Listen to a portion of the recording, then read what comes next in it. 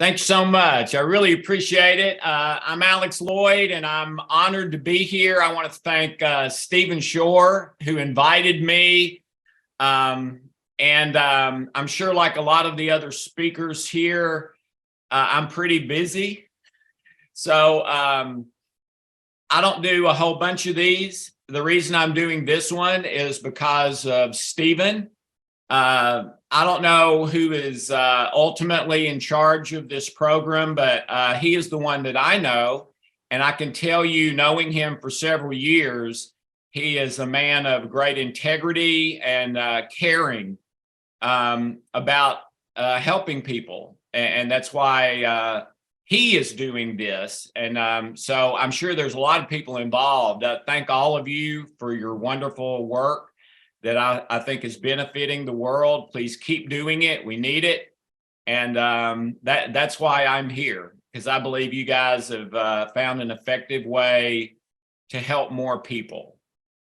Okay. My take is, first of all, I don't know what the other presenters are presenting about. I don't know what a single one of them are going to talk about. I don't know if they're medical doctors or chiropractors or naturopaths or social workers or what.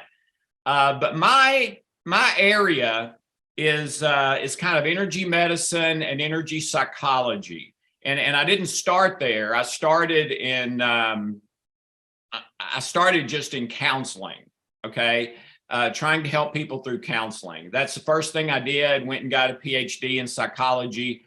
The reason for that was the first 12 years of my marriage, my wife was severely clinically depressed. The doctors, I'll never forget, they said, this is the big bad bear of depression.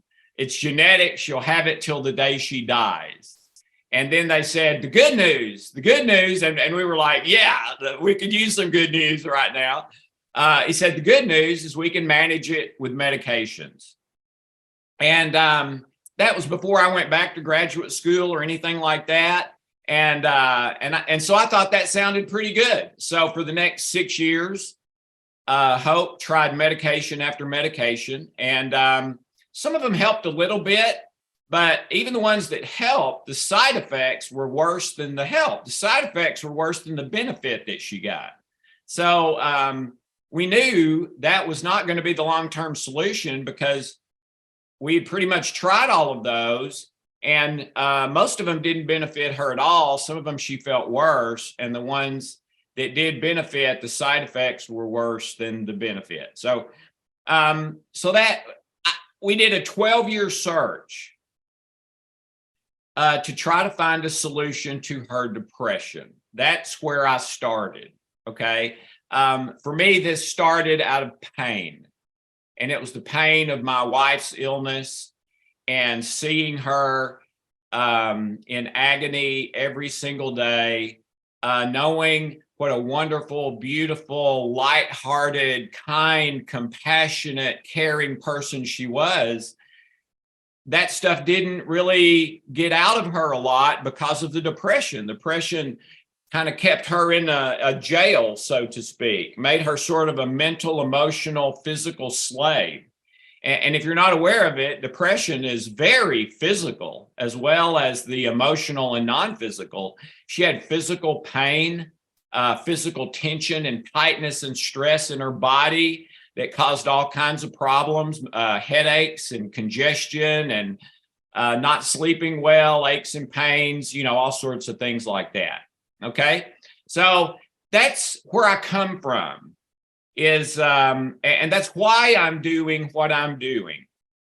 And through those 12 years that Hope was depressed and I was traveling all over trying to find a solution, I found a lot of really wonderful things, met some fabulous, incredible people. Even though I didn't find the solution to Hope's depression there, it did really open my eyes to everything that's out there, everything in the world, not only standard medicine with medications and surgeries and things like that, but this opened up the world for the first time for me of natural medicine and all that's available and possible there. as well as the field of energy medicine and psychology, because every cell in the body is electrical. If it has plenty of energy, it tends to function correctly. If it doesn't, it tends to malfunction. Okay, so in 2001, I discovered a system for healing that, to my knowledge, had not been discovered before, a closed system of 4 healing centers on the body that, when you activated in a particular sequence, depending on the person's problem, the problem got better, and usually pretty fast. To give you an example, we would have people rate their issues 0 to 10, 10 being the worst, 0, no problem whatsoever. Then we would have them do a 6-minute little custom self-treatment. And then we would give them another medical test. We'd give them the 0 to 10 and a medical test called heart rate variability.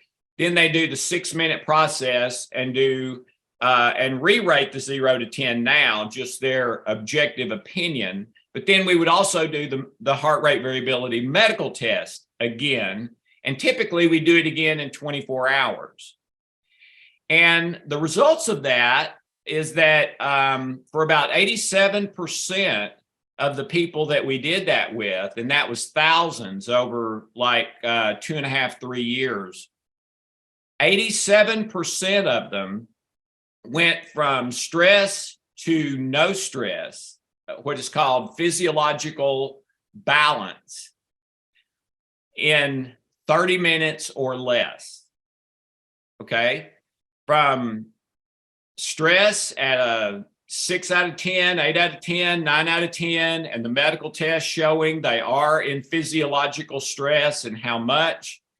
They do a 6-minute treatment, retest, and 87% of them, the stress is now gone. And in several other percentages above that 87%, it was almost gone or halfway gone or dramatically better or whatever. And then when we tested them 24 hours later, the numbers were holding. We did that same test with a lot of other natural therapies, and virtually every one of them, 24 hours later, the results were either completely gone or very negligible. With our pre-post and then 24 hours later, I believe over 80% were still in balance 24 hours later from one 6-minute self-treatment. Okay. So that's what I discovered, and wrote a book about it. It became a New York Times bestseller. We started a company helping people with this process out of my basement with very little money, no advertising ever. We knew it would succeed or fail based on word of mouth, and that's what we wanted.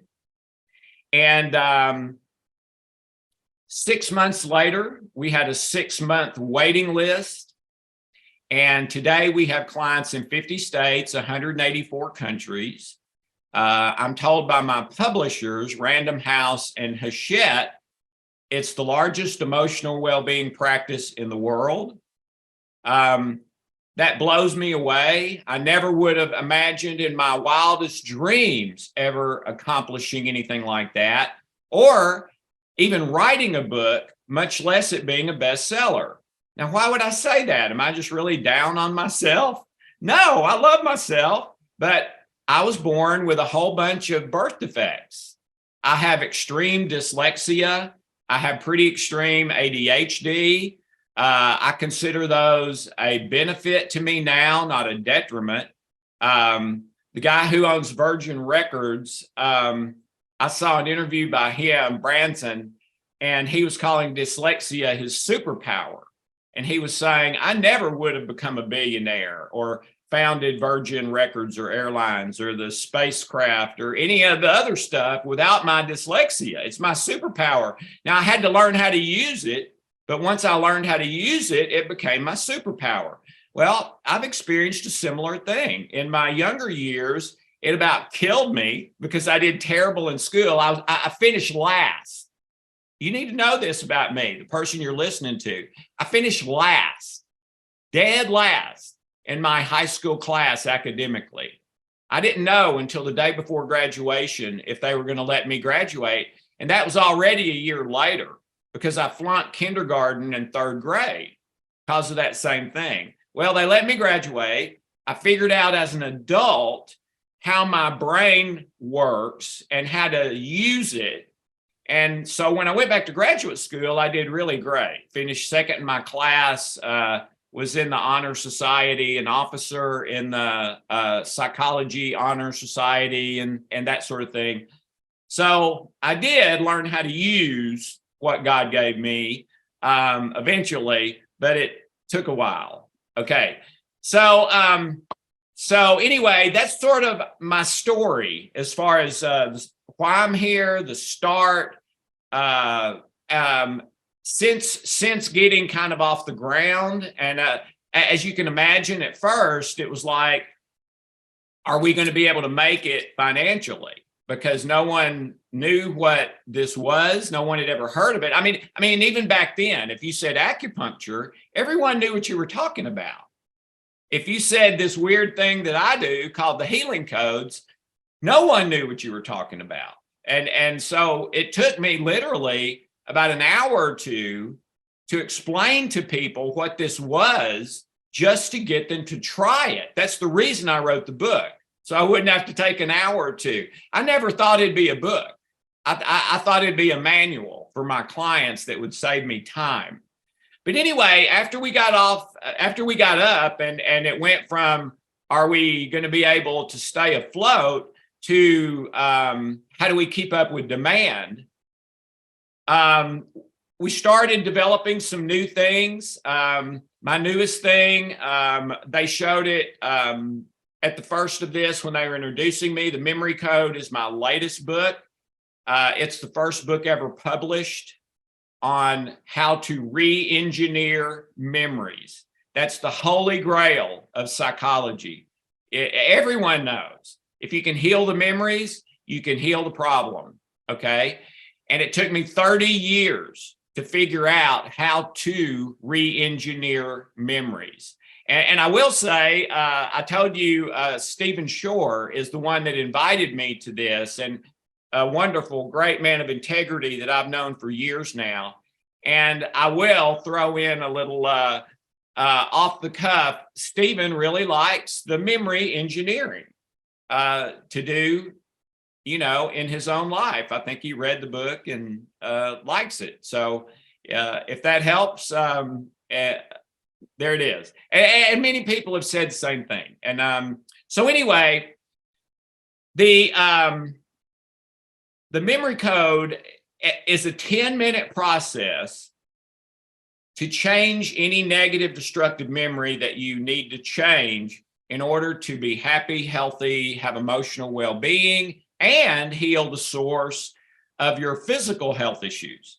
Because the non-physical always creates the physical. So whether it's cancer or diabetes or something like that, that doesn't just come out of thin air from osmosis. That grows out of your non-physical issues and stress. And that's why 95% of all illness and disease is directly attributed to stress. And that's the Center for Disease Control and Stanford University. By the way, about 10 years ago, the Center for Disease Control said it was 85%. They've since upped that to 95%. Okay. All right. So what I'd like to walk you through in the next few minutes is what I call the 7 deadly forces.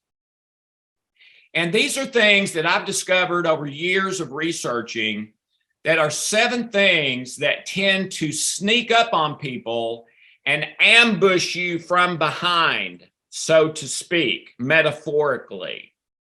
In other words, these are things you're not looking out for because you probably don't even know they exist. And when they happen, all of a sudden you're in a panic or confusion. You're not sure what to do. You're not even sure where this came from or why you're feeling it. but you can't get it to go away. Okay. So understanding these 7 deadly forces and how to combat them, to me, is critical, because I've seen so many people do all the right nutrition, do all the right medical stuff, exercise, meditate, do yoga, walk, eat well, drink lots of clean water, and they're still unhealthy. And when we dig down, we find that they've got one or more of these 7 deadly forces operating in their life, and it's sabotaging everything else they're doing. So what I would recommend is don't quit doing anything you're doing. Just go through this process, see if any of these are being active in your life and possibly sabotaging your health and happiness, and then get rid of it. It's hard to get rid of something that you don't even know exists. And if you do know exists, you don't know how to get rid of it. Well, I hope we're going to answer both of those questions by the time we're finished today. All right. So if we could go to the next slide, please. And this is sort of what this is sort of my take on what we're trying to do here, to go from crisis to thriving. And why would I say crisis? Today is May the 11th, 2023. And if you're living during this time, I don't have to explain to you crisis, because you know the world is in crisis right now. I mean, most of the people I talk to say, we have never seen a time in history like this time. And a lot of that is in a negative way, not in positive ways. All right. New research came out that said before COVID, anxiety and depression was about 7 to 8% of the population for one, and 8 to 9% of the population for the other. Okay. Post-COVID, they are at like 60% of the population at least have depression and anxiety symptoms to the point that it's holding you back in your life, even if it doesn't qualify for an official diagnosis. So we've gone from 7-8% to around 60%. Another research that came out just in the last month said that today's average teenager, okay, you understand that, 2023, today's average teenager has the approximate same stress as a person in the 1950s who would be committed to an insane asylum against their will. That those anxiety and stress levels are basically the same. In other words, if the teenager today was living in the 50s, they would be involuntarily, if needed, put in an insane asylum because of their anxiety and stress and the emotional and mental things that would create in them. Scientific American, about 3 years ago, came out with a new study that said about 50% of everything you believe about your life from your memories simply is not true. 50%. And then another one from Scientific American about 8 or 10 months ago said that the average person today leans approximately 80% to the negative all the time. Well, what's the significance of that? Well, you're probably familiar. Most people have heard this from the field of psychology because it's like 75, 80 years old, that children, in order to be well adapted, to have emotional well-being as an adult, need an approximate 10-to-1 positive to negative ratio of positives to negatives during their childhood growing up. They need about a 10 positive to 1 negative ratio in order to have emotional well-being as an adult. Well, the same research says that the average child gets approximately 10 negatives to every one positive. So is it a surprise that we lean 80% to the negative? No, it's not, but it causes a huge problem, because when you're 80% to the negative, that means you're in physiological stress. You have to be, okay?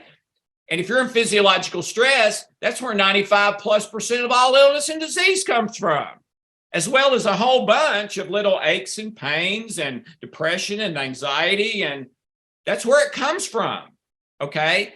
So we want to shift from 80% negative to 80% positive, and healing all those lies and errors where 50% of what we believe isn't true. We want to heal that 50% and start believing 80 to 90% what is true about our life.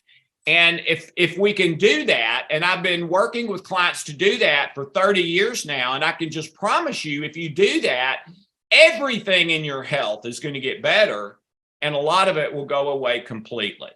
All right, next slide, please.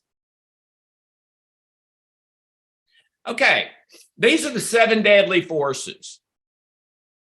And any one of these can ruin your life all by itself. Okay? And I'm not sure. I've been seeing clients for about 28 years. I'm not sure if I've ever had a client who didn't have at least one of these. Okay? And if you have one, it can ruin your life. Most people have more than one. All right. So, and I'll run through them. Psychological adaptation, belief, perseverance, in case someone is listening to this who doesn't have the image part of it. Your experience simulator, availability bias, brain states, the illusion of free will, and relationships. Those are the 7 deadly forces. And let me tell you, if you want to have health and happiness, you eat all the superfoods you can. I'm all for that. I eat them myself. You walk every day. I walk every day. You drink lots of clean water. I do too. You do all those great things for your health. But let me just tell you, if you've got any one of these 7 operating in your life, it is sabotaging all that. Maybe not 100%. But probably at least 30, 40, 50%, and maybe more. All right, next slide, please. Okay, psychological adaptation.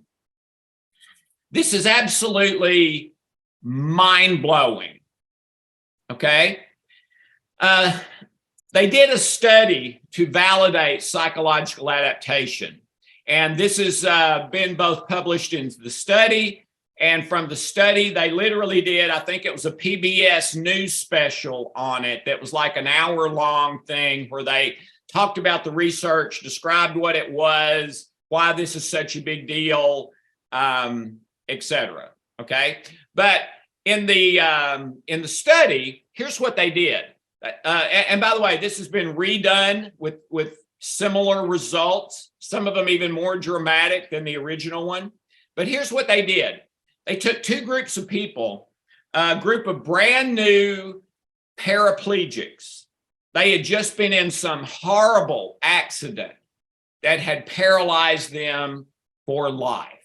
Okay, that's one group.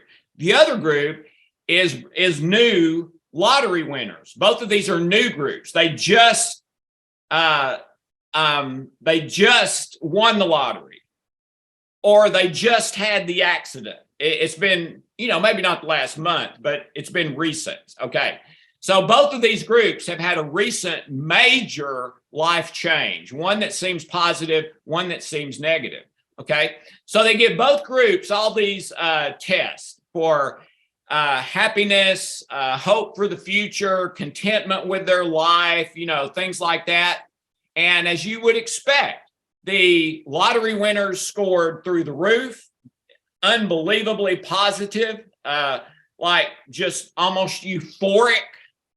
And the new paraplegics scored through the floor. A lot of them, I don't even know what the purpose of living is now. I don't see any reason to go on. I feel like my life is over. I mean, oh man, huge negative stuff, as you would expect. All right. So they do no intervention at all, nothing. These people just go home and keep living their lives. And then they come back in 6 months and they retest both groups. And in the retest, remember the pretest, lottery winners through the roof positive, paraplegics through the floor negative. In the retest 6 months later, there's no difference. The paraplegics are just as happy with their life, just as hopeful for the future, just as content as the lottery winners. How is that even possible? I mean, I've tried to put myself in that study about 1 million times since I heard about this study years ago. And I believe that every single time I would pick winning the lottery. I believe every single time if I won the lottery, I would be way happier than if I was a paraplegic. I believe 100% of the time, if I became a paraplegic, I would be much more unhappy than even if I didn't win the lottery and just nothing happened. Okay. But compared to winning the lottery, oh my goodness, what a difference. But you know what? I would be wrong. Based on the research, if I got hit by a truck and was a paraplegic, chances are in 6 months, I would be just as happy and content with my life as if the 6 months previous I had won the lottery instead of being in the accident and becoming a paraplegic. Okay?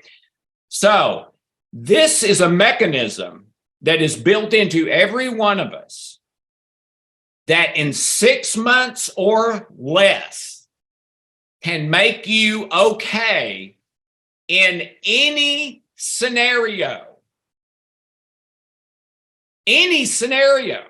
virtually. Now, let's say 99% because nothing's 100%, okay? If you're in the Holocaust or something, I'm not going to assume you're going to be okay. I'm not going to take it that far. But the research says in 6 months or less, in virtually any situation, psychological adaptation, if it's working correctly, will make you feel like you're okay. Ladies and gentlemen, you want to know the number 2 complaint I've heard from my clients over all the years I've been doing this? Number 1 is pain. But the number 2 is I'm just not okay. I'm not even sure how to put it. I'm not even sure the words, but something's not right. Something's not okay. Something's not okay. Well, that's what they found psychological adaptation does in 6 months or less. Whatever it's doing inside you, the end result is you feel like you're okay. Well, what does that tell you? It tells you that in my clients for 30 years, those people, psychological adaptation has not been working in their lives. Or they would not have been able to come in and tell me that, because most of them, what had happened to them, which was the reason they were seeing me, had happened way more than 6 months ago. Oh, 95%, way more than 6 months ago. And they were still not okay. What does that mean? Psychological adaptation is not working. All right. So what makes it not work? Stress and pressure and anxiety.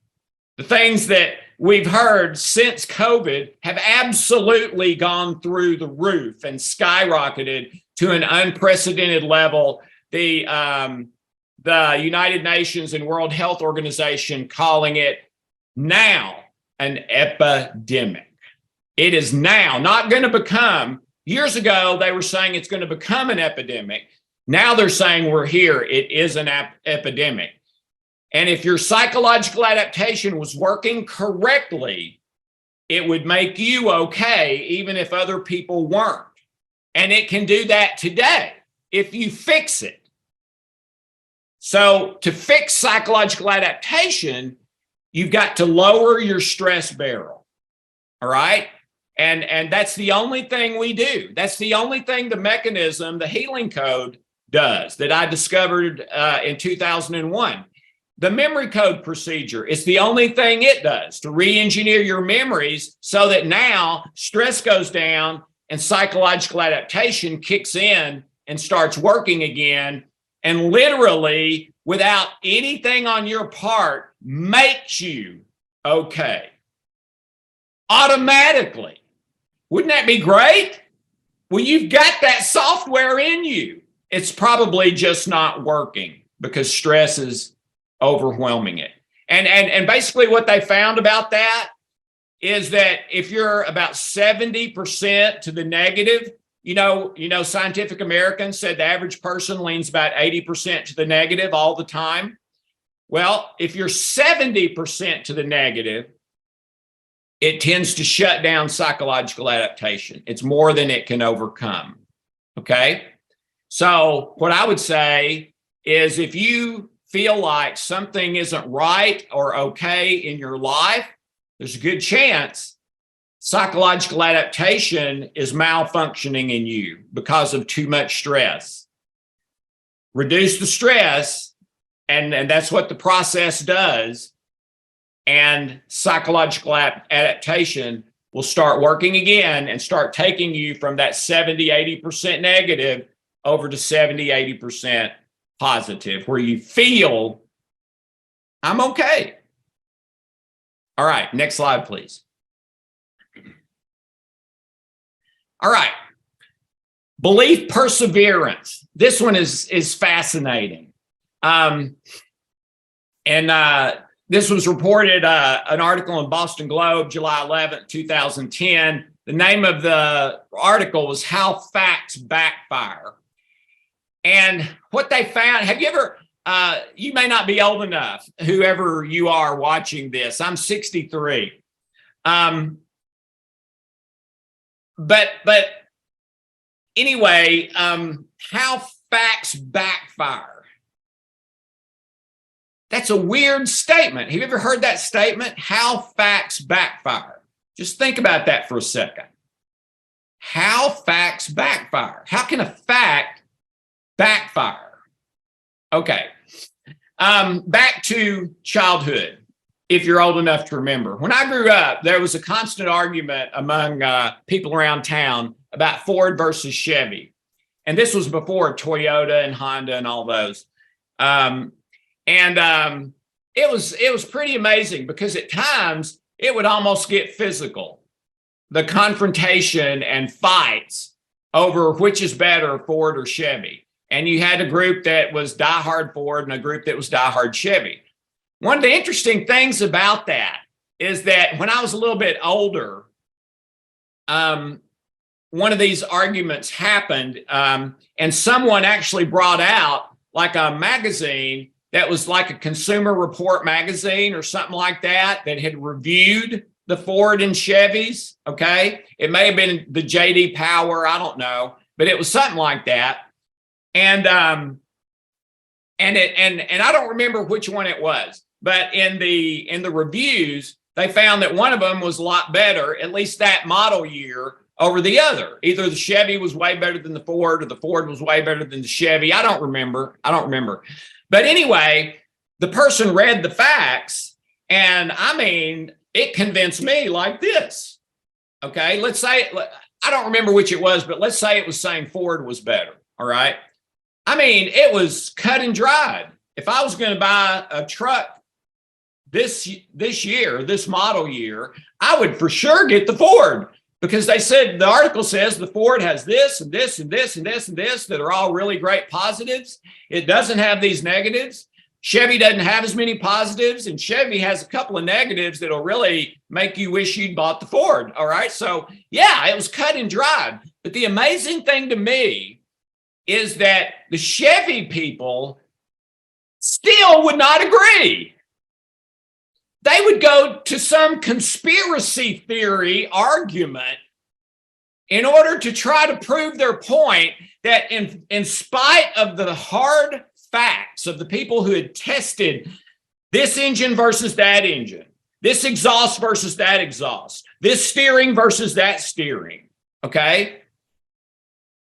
They're just saying, well, they're just wrong, or there's this conspiracy against Chevy, or, you know, basically, and we all knew it except them, basically, they just couldn't say they were wrong.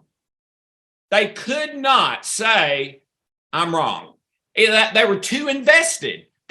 Chevy had become part literally of their identity. And you got to be really careful what you let become part of your identity, okay? Because what they found in belief perseverance is if someone has a fairly strongly held belief and you present them with concrete, incontrovertible proof and facts that their belief is wrong, what do you think happens? I'll tell you. They will now believe their wrong belief more than they did before you showed them the facts proving that the belief is wrong. They'll believe it more than they did before. It's nonsensical. It's unbelievable until you realize that unconsciously they're feeling like, wait a minute, if I give up Chevy, if I start saying Chevy is not the best, I'm a Chevy man. So what are the implications for me as a person? If I've been wrong all this time, they just can't do it. They can't go there. So they either consciously or unconsciously either lie, or they unconsciously go crazy and start saying all these things that everyone knows are not true, simply because they don't know what else to do. They don't feel like they can let Chevy go. It's too much a part of them. All right, next slide. Okay, your experience simulator is right here. All right, right behind your forehead is what's called your prefrontal cortex. All right, and your prefrontal cortex is how you try it before you buy it. It's called your experience simulator. It's how, when you're thinking about doing something, you maybe over a course of a minute or two, or maybe a course of a nanosecond, you imagine doing it and how it will turn out. And that helps you decide whether to actually do it. Okay? The problem is your experience simulator lies all the time. Why does it lie? Because 50% of what you believe about your life isn't true, and you're leaning 80% to the negative.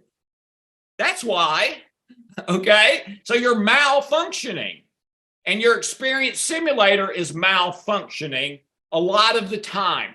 Let me give you an example of the experience simulator. Let's say that my wife, Hope, is having a cooking club girls meeting with her cooking club group that they've been meeting for 30 years, kind of a supper club with some girlfriends of hers, really wonderful. But once a month or so, they go do something. So let's say she's out there having fun with her girlfriend. So I've got the evening at home by myself, and let's say there's a great game coming on that I want to see. So I use my experience simulator and I think, oh, okay, so what am I going to do tonight? That game is coming on. All right. So, and I start thinking, oh, wouldn't it be wonderful to have my favorite pizza to eat while I'm watching the game? And what time is it? Do I have time to do that?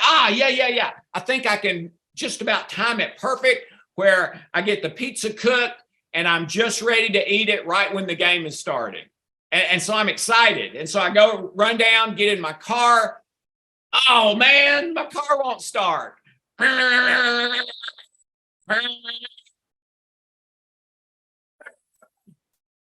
Get angry, okay?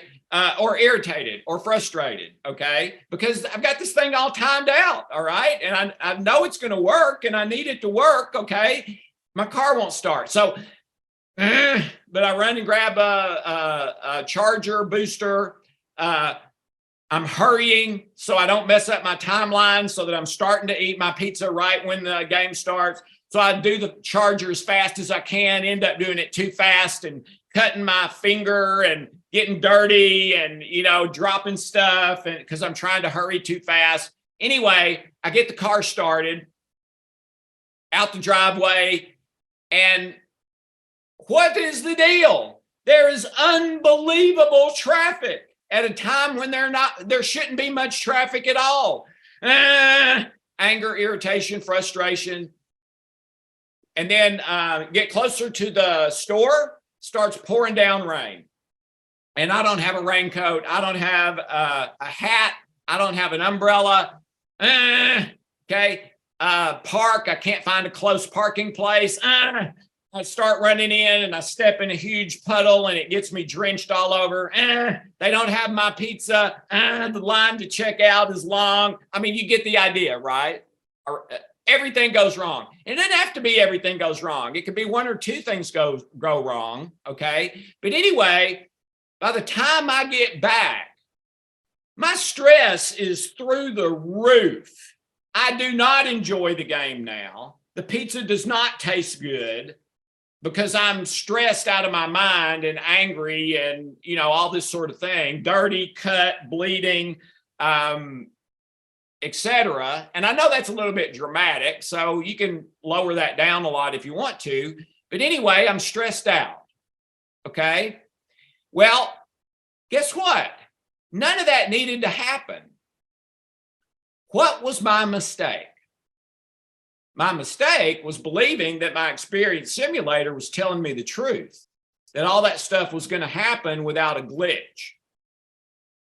I had absolutely no facts or evidence at all telling me that none of that stuff would occur and I could go do that on my tight timeline and I decided that I thought the timing was right, but there's no way I could have known about this other stuff. And you know what? There's always other stuff. There's always other stuff. So we've got to get our experience simulator to quit malfunctioning and start working correctly. Well, how do we do that? We go from 80% leaning to the negative to 80% to the positive, and we heal those 50% of lies that we're believing about our life. And when and if you do that, your experience simulator starts working correctly. And now it can be this huge benefit to your life because given a set of facts and circumstances, you can close your eyes, image that, and come pretty doggone close to what's really going to happen or what might really happen, giving up the end result that, yeah, anything and everything could possibly happen. So I'm not expecting everything to go right. I'm not expecting anything. I'm just expecting to do the best I can, and it'll happen as it happens. It'll be raining or it won't. They'll have my pizza or they won't. I'll have it ready to eat when the game starts or I won't. But those aren't, none of those are life-changing problems, okay? But my experience simulator malfunctioning all over the place and me becoming angry and frustrated and stressed and by the way, we use the experience simulator without even knowing it probably 20, 30 times a day. So if you're thinking, wait a minute, how many times do I close my eyes? Imagine, no. That's not what we're talking about. Now you can do it that way. But for most people, this all happens unconsciously like that. All right. And you're just kind of giving the final answer. Yeah, it'll work. Go. When there's no way that it'll work. Okay. So basically the experience simulator is giving up expectation. And healing the 80% negative and the 50% wrong beliefs about who you are. Okay.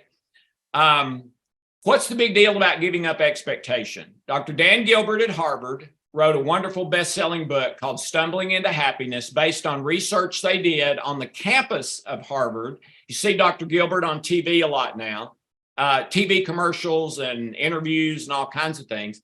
What they found on the campus at Harvard is that the moment you have an expectation of something in the future that you're not completely in control of, it spikes your stress. For how long? For as long as you have that goal that never should have been a goal. The goal should always be in the present, in love. You can have a desire about the future and a hope, but when you turn it into a goal, you've taken ownership of it. And now if it doesn't happen, you have that max stress thing. Okay. So we've got to heal your experience simulator. And when we do, you're going to have a great benefit to your life that maybe you haven't had from now on. Next slide, please.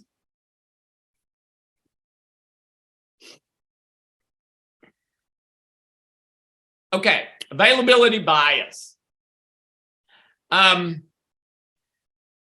This was from Social Psychology, Psychological Journal, November 8, 2016. The name of the article was Holding On to Discredited Beliefs. This one is sort of similar to one of the other ones we've already talked about, but a little bit different. The example I'd give you for this one is, let's say that you're watching the news and the news says that someone's house has just been robbed in the city next to you. That's like 30 miles away, something like that. Okay, someone's house has been robbed in the city and they're reporting it and look out for the guy and blah, blah, blah, blah. All right. And let's say that when you see that, now everyone would not react this way, but a certain percentage of people, including my wife is one of them, would react this way. So let's say you're watching that and all of a sudden you start getting a little worried and then a little more worried. And then you think about it a little more and you imagine them breaking into your house and you imagine them maybe stealing something and being confronted with, you know, some big, strong, mean intruder that may have a weapon, that may want to hurt you if you try to keep them from taking things, that may hurt your children, that may kick your dog. I don't know, whatever. But you start getting more and more worried, and all of a sudden you've got anxiety about this robbery that happened 30 miles away in a different city. That is availability bias. The odds of that same person robbing your house are less than being struck by lightning. Now, how much do you worry about being struck by lightning? And I apologize to the very small percentage of you that do have the fear of being struck by lightning. I'm sorry, and I think we can help you with that. But most people aren't afraid of that. Well, the odds of that are greater than the odds of this, or almost anything else that you would wrongly believe from availability bias. So we have to make sure, and the thing about availability bias is that you're taking facts out of context. The other one we talked about was you are just disregarding facts. That's not this one. This one, the facts are true, but you're taking it out of context. Yeah, if you live next door to where that happened, or 2 streets over, or maybe even in the same city, there'd be little more justification for that anxiety. But the city over, no, probably not. That's probably an emotional problem that you have, and that is evidence of it. Okay, so how do you fix availability bias? 80% negative to 80% positive, and heal the 50% of wrong beliefs you hold about your current life.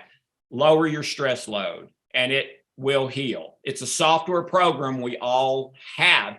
And the opposite of it is to put things in context. And so we see the news thing, and maybe we start to feel a little anxious, but then we catch ourselves and say, oh, no, wait a minute.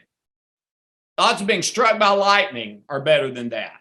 No reason to feel anxiety over that. Now, if the news says they're coming this way, and I keep watching, and now all of a sudden they're a mile away. They've been seen a mile away. Okay, yeah, maybe then, yeah, you start looking out, but not just from a house was robbed 2 streets over. But what people stress about all the time is very similar to a house 30 miles away. What most people have availability bias about is something that the average person would tell you, no, you should not be worried about that. You're taking it out of context. But the person that's doing it, they can't help it because availability bias in them is broken and they're not able to get context. Heal it and you get the context back and the anxiety and worry go down. Next slide, please.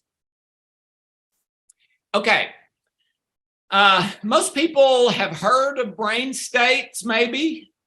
They've maybe heard of delta brain waves or theta brain waves or alpha brain waves, whatever. Most people have heard of gamma rays. That can be a different thing. We're talking about the ones in your brain and body. But this is fascinating to me. You have 5 brain states: delta, theta, alpha, beta, gamma. And you can be in more than one brain state at a time, but one will typically be dominant at any given time, okay? Beta is the primary stress brain state, okay? The first few years of life, first 6 or 8 years of life, we live like 24/7 in delta theta brainwave state. The first 6 or 8 years of life, let me repeat it. You live in delta theta brainwave state. First 6 to 8 years of life, everybody does. But then you come out of it at about that age, and you never live there again. Only those early years. Okay? So, what if a trauma or something negative happens in those first 6 or 8 years of life when you're in delta theta brainwave state? I'll tell you, it goes to hard drive programming for the rest of your life. That is very difficult to change. In fact, your mind protects it from being changed. Let me give you an example. I had a client, a lady, she called me from Manhattan, told me her name, and she was referred by a friend of hers. And she said, Dr. Loyd, I don't know if you can help me or not. I don't have a health issue. My issue is success and failure. She said, I work on Wall Street. She graduated at the top of her class from an Ivy League school, went to graduate school in the Ivy League, finished at the top of her class in the graduate school. And she said, I have 180 IQ verified. And articles have literally been written in trade journals about how I would be the next mover and shaker on Wall Street and in world financial markets. And she said, and that's true. She said, my mind just works that way. She said, things that take other investment people 2 or 3 days to figure out, I'll just know it in, 30 minutes or less. I've just always had that. That's just my area of gifting. But she said, I've never become real successful. Every time I'm about to get a breakthrough, I seem to do something that sabotages my own success. And she said, I've been doing it for years and I can't get out of it. She said, I've tried counseling, therapy, medication, corporate training programs. Nothing helps. Can you help? All right. So I gave her the healing code for that, and it healed, I believe, in about 3 weeks completely. But that's not the story. The story is the memory that, in her words, had ruined her life. Okay, her words. And here it is. When she was about 5 years old on a hot summer day in the United States, at lunchtime, her mother gave her sister a popsicle, but would not give my client, who was 5 years old, a popsicle. And my client, as best they could remember, the mother said to my client when they were 5 years old, "Honey, your sister's already had a good lunch. When you have a good lunch, you can have a popsicle too." And as best my client could remember, that was about the way, the tone of voice and body language that her mother said that with. 80% of communication is nonverbal. All right. That was the memory that, in my client's words, had ruined her life. I have a question about that memory. Who did something wrong in that memory? My client, the mom, the sister? Who did something wrong? The answer? No one. No one did anything wrong. How could that have ruined her life? How is that even possible? Her mom was kind to her in her tone of voice. Her explanation was reasonable, something any parent might very well say. And I have said a number of times to my kids when they were growing up. How could that be? It could be one way. If she was in delta theta brainwave state when it happened, and she was, because she was 5 years old.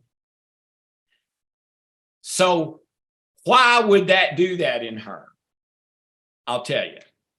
If you're in delta theta brainwave state, you do not have the ability to filter the circumstances that are happening in your life. You don't have the ability to logic and reason them in a good enough way, like you will be able to when you're an adult, to absolutely cause them to make sense all the time. That ability is not completely formed. It's not formed enough for you to be able to do that. So it goes to hard drive programming, and that memory is literally protected by your unconscious mind from being changed because it's a trauma memory. And trauma memories serve as an early warning defense system that could save your life in the event of an emergency. Okay? So you may have a trauma, and I believe we can help you with that. But my guess is there's no one who will ever listen to this that doesn't have what I call popsicle memories, like my client, and probably a bucket full of them. Well, why is that important? Well, there's a couple of reasons. For one, any psychologist I know would look at those memories and say, there's no problem there. No, that your mom not giving you a popsicle, but saying, honey, your sister's already had a good lunch. When you have a good lunch, you can have a popsicle too, with a positive tone and a smile and positive body language. No, that's not the problem, when it absolutely was the problem. Okay? So to heal popsicle memories, you have to have a process that will find them and fix them automatically. And this process does. Okay? So you can heal those, and you can start living in a positive brain state, positive life, without the stress of your popsicle memories that are unconsciously filling up your stress without you even knowing it. And you wondering, how come I'm not okay? How come I'm stressed? Well, this may be one of the reasons. Next slide, please.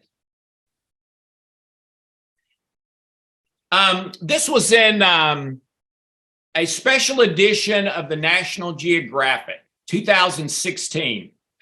It was called What Experts Wish You Knew About False Memories. That was the name of the article from Scientific American.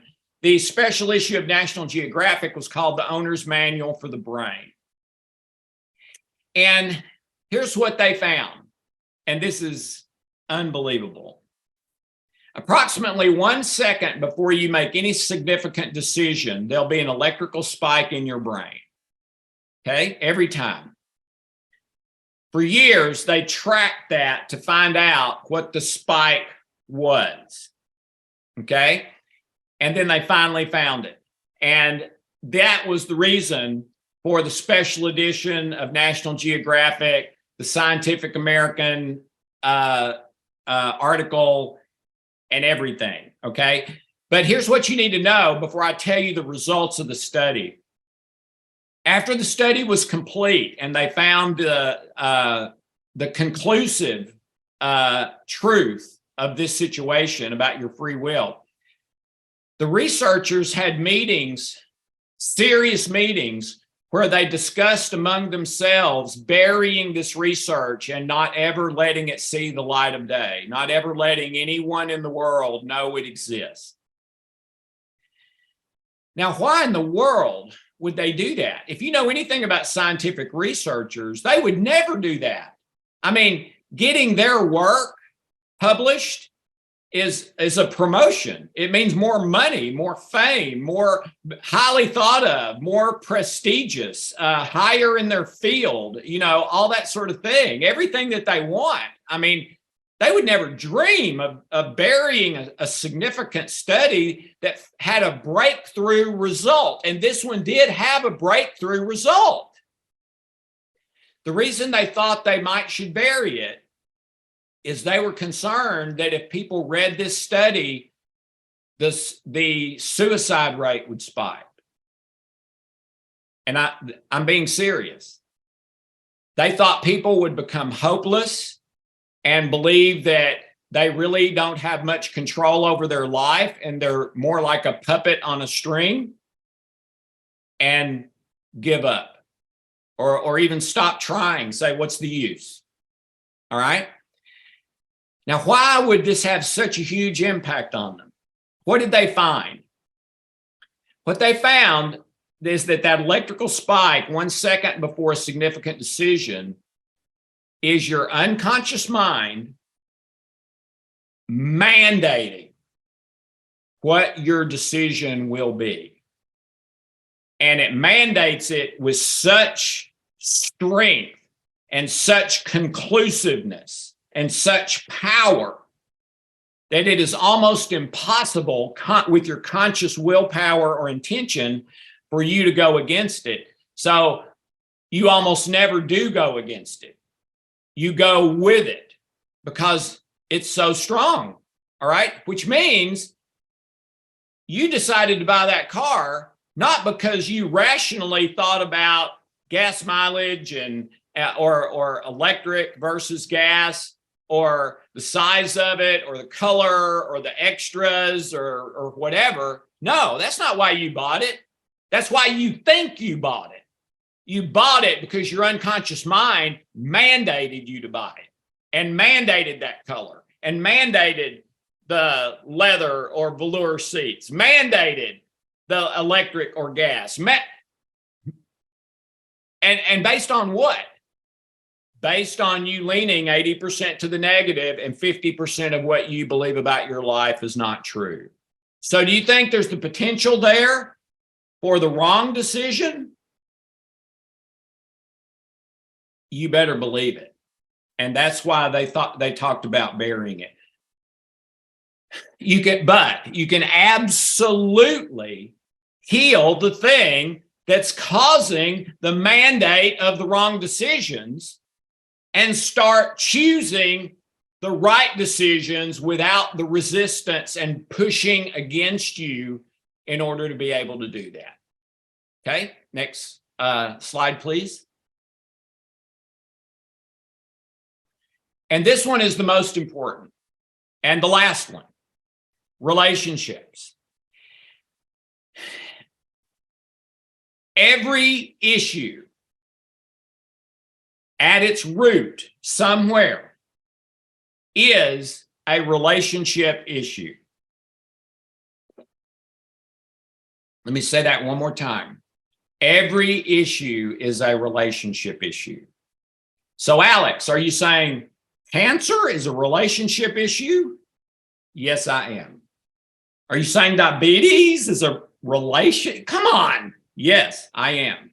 Depression, anxiety, marriage conflict, parenting, work, your job and work. Yes, all of the above. Every issue, every problem is a relationship issue, a relationship problem. Okay, the thing that controls your brain and nervous system, basically, is your hypothalamus.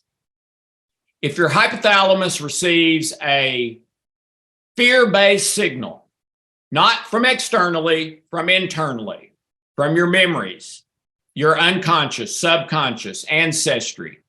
If the hypothalamus in your brain receives a fear-based signal, and fear-based basically means any negative emotion, anger, irritation, frustration, resentment, bitterness, overwhelmed, sad, hopeless, helpless, anxiety, fear, rejection, identity, worth, inferiority, superiority. I mean, all of it, all of it. Any problem you can ever have, at its root, there's a relationship problem. If you fix the relationship issue, the problem always gets better and very often heals completely. Okay, so how in the heck do you do that with relationships and all this stuff? Okay, by the way, the two others. I said if your hypothalamus receives a fear-based signal, if it receives a neutral signal, it just keeps you in neutral, all right? Not positive, not negative, but in balance, homeostasis, you know? If it receives a love-based signal, which is virtually anything positive, happy, joyful, at peace, patient, kind, you know, those sort of things. If it receives a positive love-based signal, it switches you into success mode and it releases oxytocin, endorphins, peptides, all those hormones that make you feel like Superman. And like you could go weeks without sleep. You know, that the kind of that first in love feeling when you feel like you're walking on air and, you know, the world is beautiful. Okay. If your hypothalamus receives the positive love-based signal, that's what it does. For the negative, of course, it releases cortisol, adrenaline, dopamine. Dopamine's basically kind of like internal cocaine, highly addictive. So fear-based actions cause the release of dopamine, which makes them more and more addictive the more and more you do it. But the more you do it, the less dopamine gets released. So it's an addiction. You have to do it more and more to get the same dopamine hit. And that's with any of those 80% negative memories or 50% of the wrong beliefs about yourself. Okay. So what do you have to do? You have to find the relationship issue. Okay. So the issue in the brain is love or fear, right? If it gets fear, adrenaline, cortisol. If it gets love, success, oxytocin, endorphins, peptides, etc. All right. So how does that work? All right, here's how it works. We used to think that if you had an anger memory or a low self-worth memory or a rejection memory or whatever, a trauma memory, that unless you were thinking about it, it would not cause any problems. Now, we've always known if you think about it, you're going to feel worse physically and non-physically. If you don't believe that, try it sometime, okay? Get someplace quiet and comfortable, close your eyes, and think about the worst memory of your life and try to really relive it again. And the longer you do that, the worse you're going to feel. Try it. It doesn't take long. Most people start to feel it in like 60 seconds or more or less, you know? All right. Then do the same thing. Think about the happiest memory of your life. Chances are you can't think about it without smiling spontaneously. Okay? All right? So those things are very, very powerful. We already know that. All right? So if you have that anger memory inside you, that not just when you're looking at it, but 24/7 is sending that anger signal. It's being received in the hypothalamus as a fear signal because it comes out of a root of fear. Then until you address and heal that relationship issue, your brain is not going to shift you out of emergency trauma mode. It's not. It's still getting the anger signal. Okay?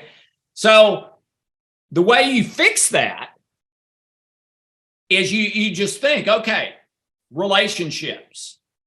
Do I have any relationship? I feel like I have an anger thing sometimes. And I don't have an anger thing now, but earlier in my life, Alex, I had a big anger thing.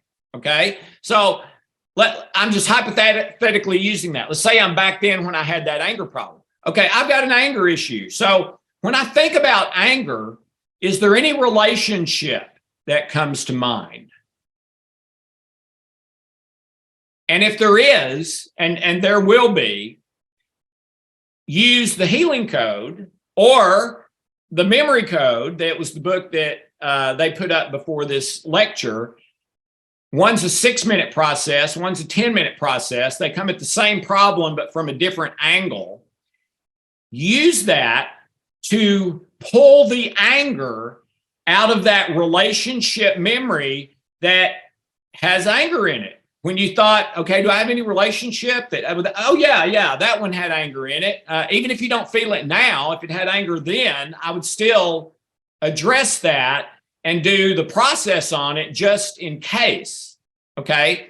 So whatever your negative issue is, that was anger. My wife's was depression. So that's sadness, hopelessness, helplessness. So when I think of sadness, hopelessness, helplessness, when Hope was still depressed, did she have any relationships that there was a sadness, hopelessness, helplessness ingredient? And yes, she absolutely did.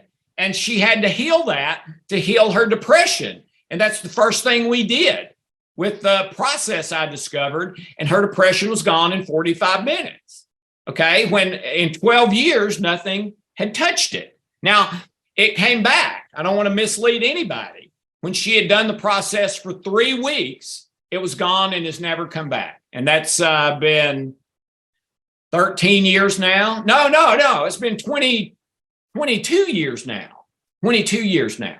Okay. So whatever's bothering you in your life, anger, sadness, finances, work, a particular relationship, your left knee is having pain, whatever it is, ask yourself the question, can I think of a relationship that had this emotion in it? Like for the knee pain, you may be thinking, well, wait a minute, that's pain, not anger or sadness or right. So when you think of your left knee pain as an example, what's your number one negative emotion related to that?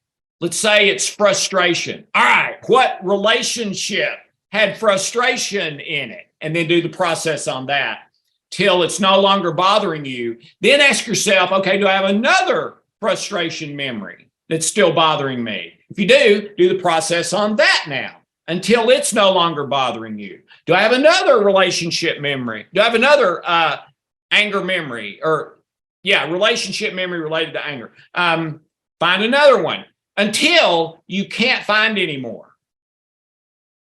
Then use the process on the current issue that is not relational, maybe, whatever it is. But before you do that, make sure you've gone back and at least neutralized the negative relationship memories you could remember that had that emotion, stress, or pain in them. Okay, so if you do, again, everything else right, the right diet, exercise, nutrition, you name it, but you've got unresolved relationship issues that have anger, unforgiveness, self-worth, rejection, anxiety in them, I'll just promise you, until that relationship memory issue inside of you is resolved, you will not be able to achieve the life you want. Now, heal all 7 of these, and you can do that with the same healing process for all 7, and get to 80% positive and heal the 50% of wrong beliefs you have about your life. Then you can get to your best possible life. And I'm not saying quit doing the nutrition, exercise, all that. I do all that too. Yeah, all that's necessary. It's just that what I'm talking about today, these tend to be the hidden things that people don't know are keeping them from their life. They know about the exercise and diet and stuff like, and nutrition and stuff like that. Very few people I've encountered know about these. And even if they did, how do you fix them? That's what we do. So, John, I think that's it for me. If we have any questions or anything, I'm happy to do my best to try and answer. Thank you very much for that, the very informative presentation. So we do have some questions. First, I just want to go over how the Q&A process begins so everyone understands it. So we don't take questions. This is for the audience. So we don't take questions directly from the chat. Instead, we ask everyone to virtually raise their hand. If you're not sure how to do this, what you need to do is click on the reactions button, second from the right on the bottom of your Zoom window, then click on the raise hand function in the menu that pops up. When I call in your name, I will unmute you and prompt you to state where you're from and to ask your question. We ask everyone keep their questions brief and on topic. So let's see here. I see Binwoo has had his hand up for a while. So Binwoo, please state where you're from and ask your question. Yeah, hello. Good morning. I come from the Maryland, Baltimore, Maryland. My question is, the brain cells has memory. How can we training our brain to into the positive, just to forget the bad memory, then to have the the good life, success life? How to treat all? John, I'm a little bit hard of hearing. She said, how do we clear the memories? Was that her basic question? How to changing the bad memory into the good memory? Yes, that's what those processes do. That's what the healing codes do. And the book that they put up before this session, the memory code. The memory code is a 6-step process that takes 10 minutes. And you can change any memory in about 10 minutes. The healing codes is a different process. That's the first one I discovered. You can find both of those on my website. You can find, if you want to do a kind of a sample healing code, I'll show you really quick.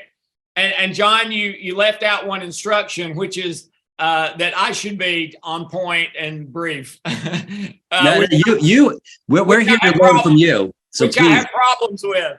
But here's a little sample you can do. Okay, pretend like your fingertips are little flashlights, and go here first, right where your eyebrows would grow together if they grew together. So 30 seconds, all 10 fingertips, 30 seconds. Then the Adam's apple, 30 seconds.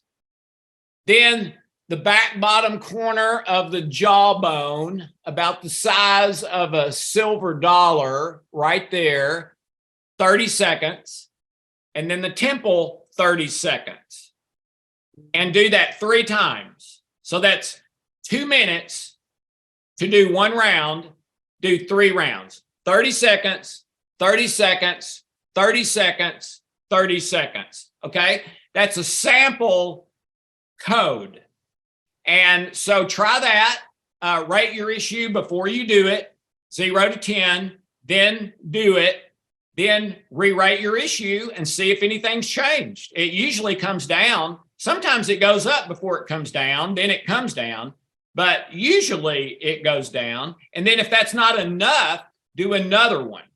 So that's a code you can do to sort of get the feel of how this works. And it really works great. Oh, by the way, we have 19 double-blind studies done at major universities, published in peer-reviewed journals, saying these processes work on 46 life issues, from cancer to diabetes, high blood pressure, depression, anxiety, relationship, gender issues, body image. I mean, it's unbelievable. 19 double-blind studies.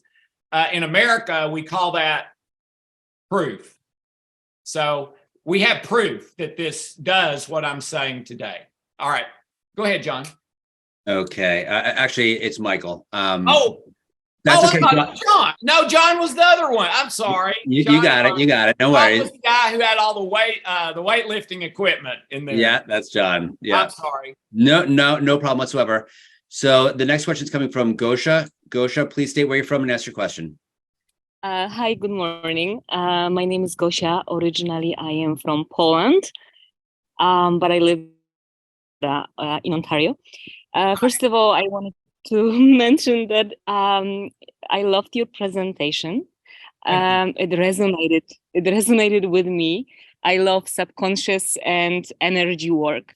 My question is, you mentioned about pain in specific body parts. Are there any specific emotions linked to specific body parts? And is that important? Thank you. No, good question. Yes, they are. And there's several different systems. In acupuncture theory and practice, different emotions are linked to different organs and body systems. There's a thing called the German New Medicine that was done years ago by a medical doctor named Reiki Hamer, who was working with last stage cancer patients. And he over 6,000, he dealt with 6,500 last stage cancer patients, and over 6,000 of them survived after they were sent home to die. And he did a correlation of organs and things to emotions based on doing CT scans of the brain. And that's a really great correlation. And then I have a correlation as well in my 12 category healing code system. And there's a lot of overlap and similarities. But yeah, there are several different systems, and I would look at all of them and see which one resonates with you. And if you have, for instance, let's say a health issue, and one of them says it's this organ, one of them says it's this organ, one of them says it's this organ, work on all three. Great. Thank you for that. So in order to be healthy, do we need to get rid of all of our negative thoughts and beliefs? And do we need to be super vigilant? No, because what we need to do is stay in balance. But balance to me is not 50% negative, 50% positive. It's 80% positive, 20% negative. And what the research is saying we are now is 80% negative, 20% positive. So we need to flip that. We need to, because if we're 80% positive, then those negative thoughts are not controlling us. They're only helping us balance and not go too far off in just one direction without making sure to maintain homeostasis and balance. So now we for sure want to get rid of all the ones that aren't true. And there's a whole bunch of those. That's the 50% of what we believe isn't even true. We for sure want to correct those. But no, negative but truthful, no, you don't get rid of that. You keep it and factor it in. So as a follow-up, can being too healthy can being too positive be unhealthy as well? Yeah, if you don't consider the negative, if you don't consider the alternatives, yes, that can be negative. You need to, when that experience simulator is working correctly, you're considering the negative and the positive. I may go out to get my pizza and my car may start, it may not start. There may be traffic, there may not be traffic. It may rain, it may not rain, okay?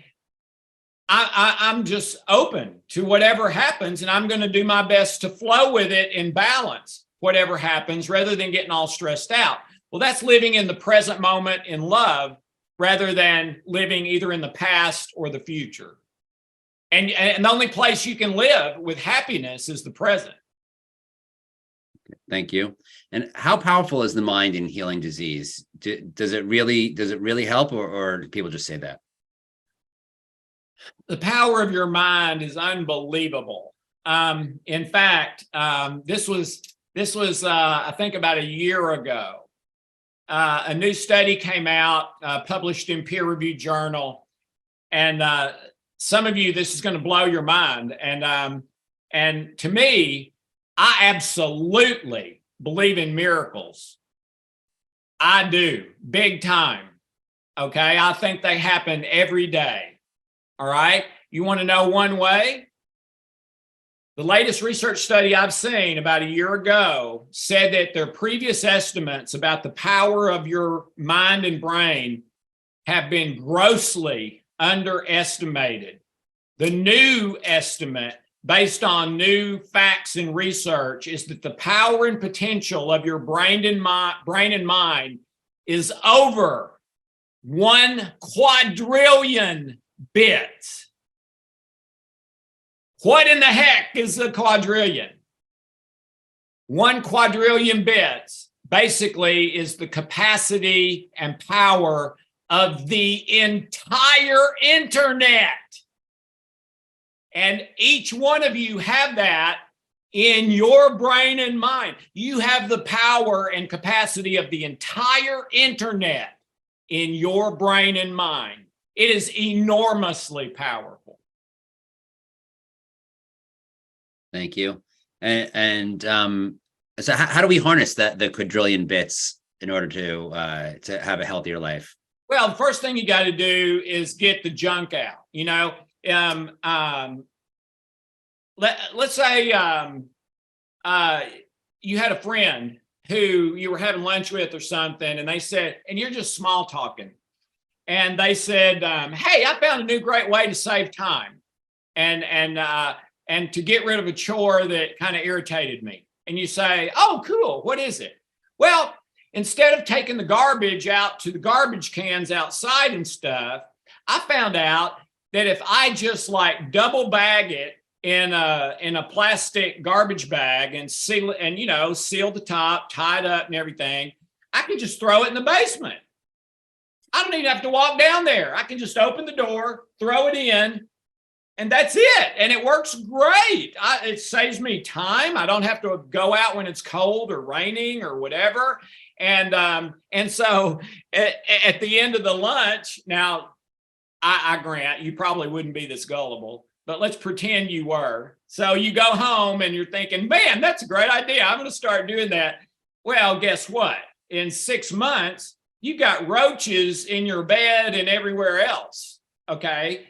And so in 6 months, you realize what you got to do. You put on the rubber gloves and the boots and the mask, not for COVID this time, for the smell.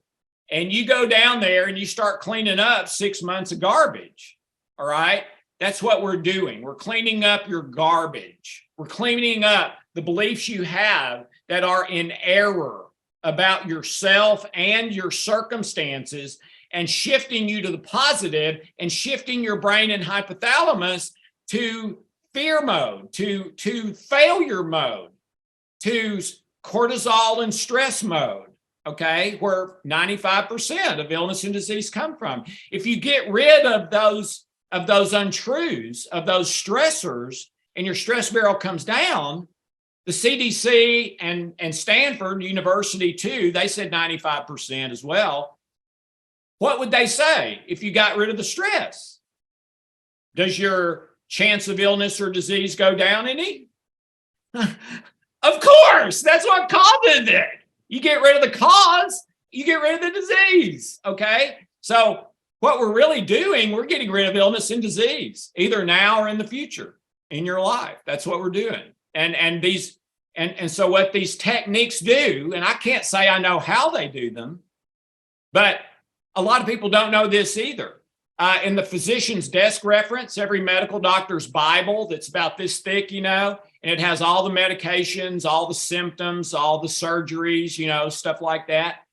About 40%, according to Dr. Ben Johnson, about 40% of every medication in the world that's in the PDA says mechanism of action unknown.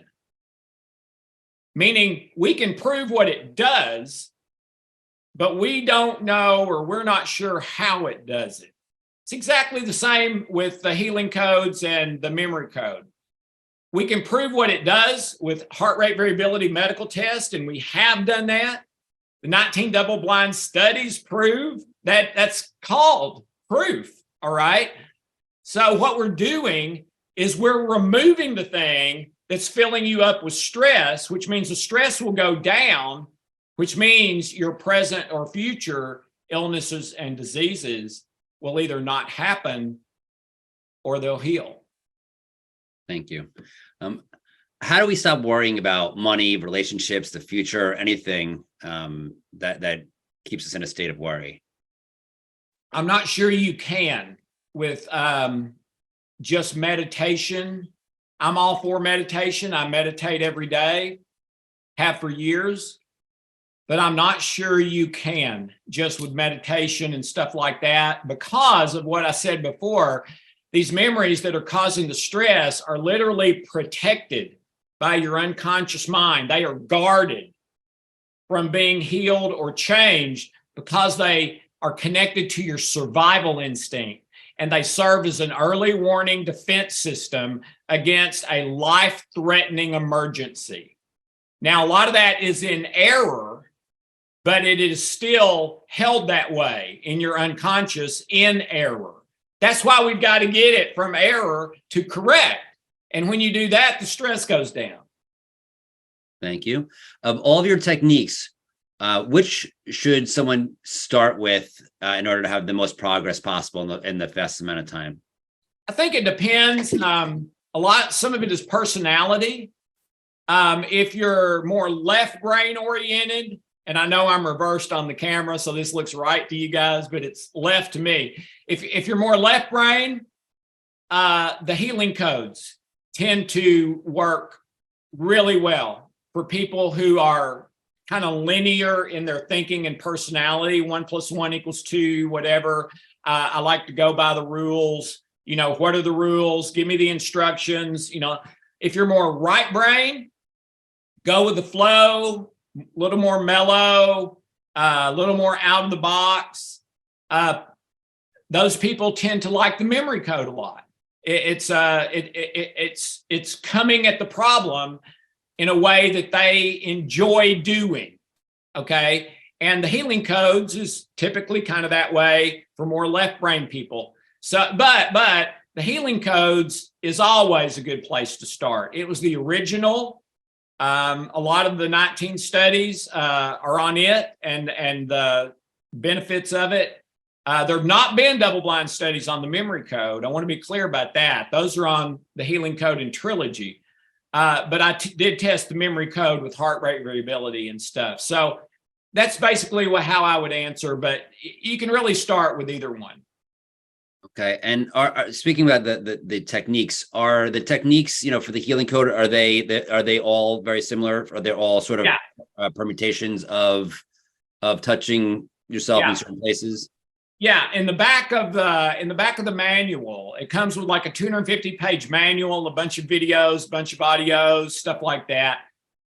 In the back of the manual, there's an index in alphabetical order with 485 possible problem issues.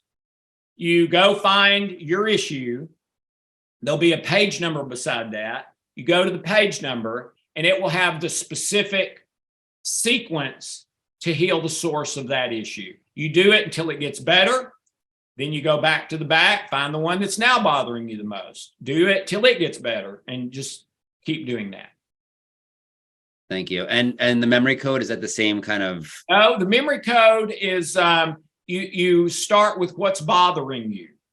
And then it's a 6-step process based on how you're feeling right now and what is bothering you. And it's very simple. You could teach a 10-year-old in about 10 minutes how to do the memory code. But no, it is not, it doesn't have anything to do with this. It's a totally different process coming from a different angle. Great, thank you. And what are your thoughts on prayer? Does prayer work in helping people, either the person doing the prayer or the other person receiving it? Yeah.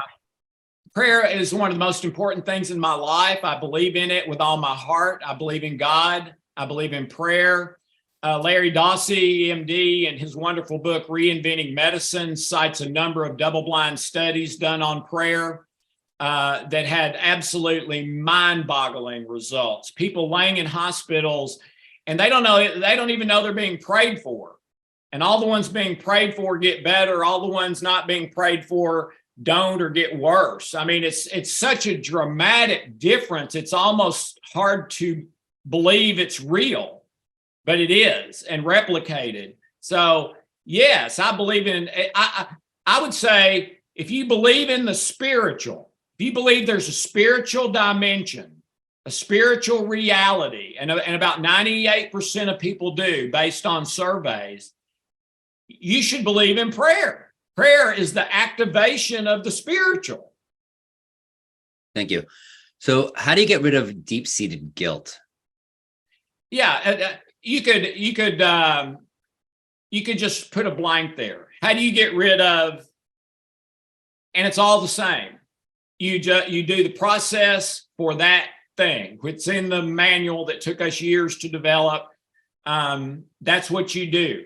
If you're doing the memory code, you do the 6-step, 10-minute memory code process on guilt. Okay. But I will say guilt and shame are the two biggest issues I've dealt with with over 30 years. They're the top two. Now, pain is the biggest issue, but guilt is pain. Shame is pain. But as far as emotional issues, guilt and shame are at the top of the list. Thank you. Can you explain about memory engineering? I believe you mentioned that earlier. Yeah, well, I don't know what you want me to explain. It's a book. It's a home study program you can get. It's 6 steps. You start with a problem, and you start with your current memory related to that problem. And then you do 6 steps that change your current memory. That's it. And what would we see in a change of memory? Let's say you had a traumatic memory that maybe we kind of persevered and you couldn't get out of your head. Memories that perhaps created a narrative that made you feel negative emotions about yourself. What would that change look like? Would it just be like gone, or would it be replaced with a new story or narrative or new memory? Yeah, basically all it does is pull the untruth out. In every memory that causes a problem, there's a lie or falsehood in every one of them. And it's typically the interpretation, not the event itself. In other words, because my dad hit me when I was 12 years old, and while he was hitting me, said, "Alex, you're never going to amount to anything." You think that caused any problems in my life after that? Oh man, it ruled the next 15 years of my life. Happened when I was like 10, 12 years old. It really happened. He started hitting me over and over, not with his fist, with his open hand, but hitting me over and over for about probably a minute, minute and a half, seemed like a year. And while he was doing it, he was yelling at me, "Alex, you're never going to amount to anything. Alex, you're never going to amount to anything." All right. Well, the problem with that memory was not him hitting me. The problem in the memory was not him saying I would never amount to anything. Were those problems? Yeah, but they weren't the big problem. The big problem is that I believed it. Okay. My interpretation was because Dad said that, and Dad was my hero at the time and was never wrong, because Dad said that, I'm never going to amount to anything. Well, years later, when I had the tools and was able to heal that, the way it was changed is I now had compassion for my dad, because I knew the reason he did that, he had just found out he was going to have to have open heart surgery back in the early days of open heart surgery, when you were never the same again. And he was in horrible fear and anger, and my life as I know it is over. And I just happened to be there when he snapped. Okay. So after it healed, that's what I believe. Yeah, he hit me. Yeah, he said that, but it had nothing to do with me. It was about the pain he was going through. And I felt compassion and love for him and forgiveness and all of that. And then I felt released from that event that I'd felt kind of enslaved to all that time before that. Okay. And like the popsicle lady I told you about in New York, the thing that changed for her, the biggest thing by far, after she healed, she did go through the roof, by the way, on Wall Street, got the promotion, became the mover and shaker, got a huge raise, all of that. But that wasn't the biggest thing. She said the biggest thing is, from my childhood, my mom and I had always been in conflict.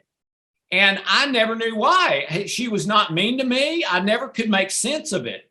But then after she realized about that memory and we worked on it and she healed it, she said it all went away. And she and her mom were able to reconcile and became closer than they'd ever been. And she said that was an unexpected, huge gift to her, that closeness that she'd really never had, that she remembered, with her mother. And it benefited her year after year after that, became one of the biggest, most important things in her life. So yes, the memory will change. And it's usually your interpretation of what happened. So you mentioned forgiving your father. Is forgiving yourself the same thing? Is the same kind of mechanism, or is that a different? Yes, it is. And I would say typically the hardest people we have forgiving is ourselves, for most people, not all. So yes, in every relationship issue, we said every issue is a relationship issue. So start looking through those and finding ones that have anger or unforgiveness or whatever. That's indispensable. Every issue is a relationship issue. So find that, find the misinterpretation, use the process, heal it, have your stress come down, and now live a happier, healthier life. Great, thank you. So what about rage? Like, specifically rage toward others who's mistreated us. How do we clear that out? Yeah, it's still the fill in the blank answer. Okay. Everything, as far as our process, you work on the same way. And rage usually means that another person has been involved in a actual trauma for you, whether they were mean to you or they just happened to be there when a big trauma happened, and so now you associate them with that trauma. It's someone that's connected to a trauma in your life. You heal the trauma and you heal the rage. But it's the same process for rage as it would be for anger or knee pain, cancer, anything else. Great. I'm going to have an audience member ask a question. Kaylee, please state where you're from and ask your question. Kaylee Covington, Syosset, New York. Please, I'm so sorry that I had to miss the first part of your lecture, and I'd really like to know where there's a book or how I can learn what these codes are of which you spoke, the healing code, the memory code, and whatever else I've missed. I'm so sorry. I really wanted to hear it. And I looked up your name, but I couldn't find anything. under your name on Google. So how can I learn this, please? So Alex, if I may real quickly, firstly, Kaylee, Alex will tell you where to get everything, but also these recordings are available the following day that they were made. So you can actually watch this recorded version of this exact talk from our website, therealtruthabout.health.com. So, but Alex, please let her know where she can get her books. Your books and anything else about you. Yeah, the books are all on Amazon. Our website is dralexanderloyd.com, DRALEXANDERLOYD.com. Just remember on Loyd, all the 2L Loyds are crooks. So don't go, that's a joke. Loyd is 1L. Loyd is 1L. All right. I think Christopher Loyd seems like a good chap. So yes. Back to the Future. Exactly. So how do we know what is a real memory versus a false memory? Well, they're both real. A false memory is still a real memory. It's just that it's not true.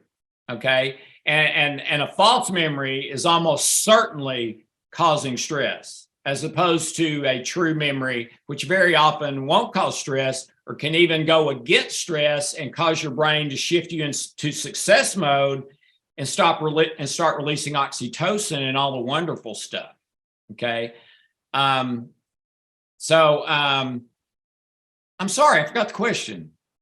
The question is real memory versus false memory. How do we know? Yeah, they're both real. So I wouldn't go on false or real. I would just look for negative versus positive. Positive you don't care about. We want to keep those. If you got a negative one, doesn't matter if it's real or positive. Let's pull the falsehood out and make it healed and not causing a problem anymore, and maybe even participating with success rather than failure. Thank you. So as far as like relationship dynamics, there's so much in our culture about couples therapy and all this and that. Your approach seems to be very different. So how do you suggest that we get along better with our partner when we feel like the main issues are that are affecting your relationship are their fault? I think it's really simple, simpler than we make it out to be. That doesn't mean it's easy, but the simple thing is start acting toward them in love. And I don't care what they've done to you. On your part, start acting toward them in love now. It will benefit them. It will benefit you. You may be saying, but Alex, you don't know what they've done to me. I don't care what they've done. If you holding unforgiveness toward them, it may not be hurting them much at all. I guarantee you it's hurting you big time. So you need to forgive them for you. All right. For them too. It's the right thing to do. But you need to forgive them for you. All right. So start loving them. So anything you have been doing or are doing now that is not love-based, I would say stop, or at least reevaluate and say, okay, I want to start behaving toward this person out of love and not fear and anger and selfishness and manipulation and passive aggressive and all that stuff. No matter what they want to do, I want to behave right. I want to behave with integrity, with kindness, respecting the other person, even if they disrespect me. Now, that doesn't mean you stay with them. You may need to get away from them if they're hurting you or being mean to you. But you still need to forgive them and love them, even if it's from a distance, or it will hurt you. So, yes, you need to do a genealogy, start asking questions about your ancestors, see if you can find common threads that come to you, and then see if you can resolve some of those issues from your ancestry that are operating in you today. And that absolutely is real. Thank you. And we live in a culture where we medicate everything. For depression, for example, people take SSRIs and other types of medication. How do you suggest that we get rid of depression, and how does that play in this context of medications? Yeah, I'm not against medications, but I would, my place is use them as a bridge only, and see them as a bridge. And when I get to the other side and my depression or anxiety or whatever is better, then I'm going to quit taking them when I no longer take them. And when my clients ask me about that, my answer is the same every time. Prove to your doctor you don't need them. And we need them to do that, because we need the mainstream standard medical doctors to start hearing over and over and over and over from people, my depression is better. I don't qualify for depression anymore. I don't qualify for anxiety anymore. And then we need the doctor to ask the patient, what have you been doing? How did you do that? Going from needing depression meds to not. And then the word will spread, not just about my stuff, but about all the stuff. There's alternatives that work for these things. And we need medical doctors and everyone just to know that they're available. Okay, so I would say use them as a bridge. If you need it, use it. But then the other side of this is Dr. Irving Kirsch, a medical doctor at Harvard Medical School, did a special edition of 60 Minutes where he stepped out on the stage of 60 Minutes and said, antidepressants don't work. This is a medical doctor from Harvard Medical School saying this. So imagine the weight of this, all right? Antidepressants don't work. Then he started naming all these other health problems. And he said, and the meds for these don't work either. Okay? And at the end of the interview, Leslie Stahl, who was interviewing him, said, okay, you've convinced me, but what do we do? Because we got people all over the world struggling from these things. You know what his answer was? His answer was, and I literally fell out of my chair when he said this, we need to start prescribing placebos.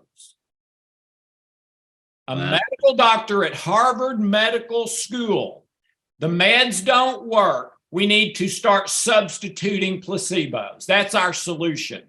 Well, ladies and gentlemen, we've got a heck of a better solution than that. But meds are fine. Use them as a bridge, then stop when you don't need them anymore. And what was the name of that doctor? I'm sorry? What was the name of that doctor from Harvard? Dr. Irving Kirsch. And you can still find that interview online and watch it. It's Irving Kirsch. Okay. And with your technique, how many people have you treated, and what have the results been? Like, how many people do you find get better following your techniques with their various issues? My books have sold into the millions. They've been #1 bestseller in 7 countries, a nationwide bestseller. They've been a top 10 bestseller in 23 additional countries.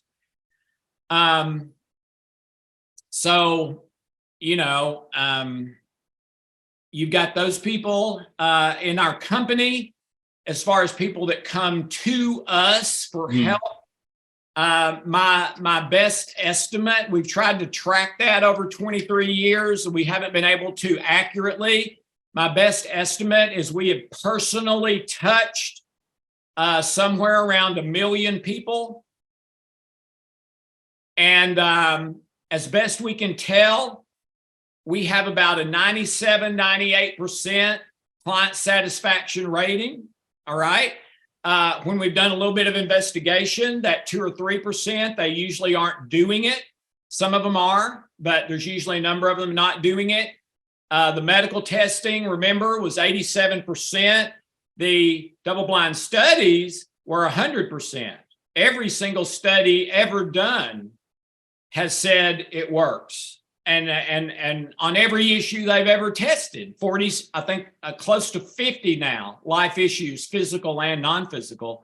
So we've got proof that it works. If you go to our website, and I mentioned it before, you'll find a button that'll take you to hundreds and hundreds of stories people have posted themselves about their own healing. You can read to your heart's content. Great. And with that, we're going to end our Q&A. I would like to thank you. And if we could unmute the audience. but she's really fast. Great. Oh, okay. Just move it along. Thanks so much. Thank you. So that's why Oh, invitation. I mean, I can't wait to read your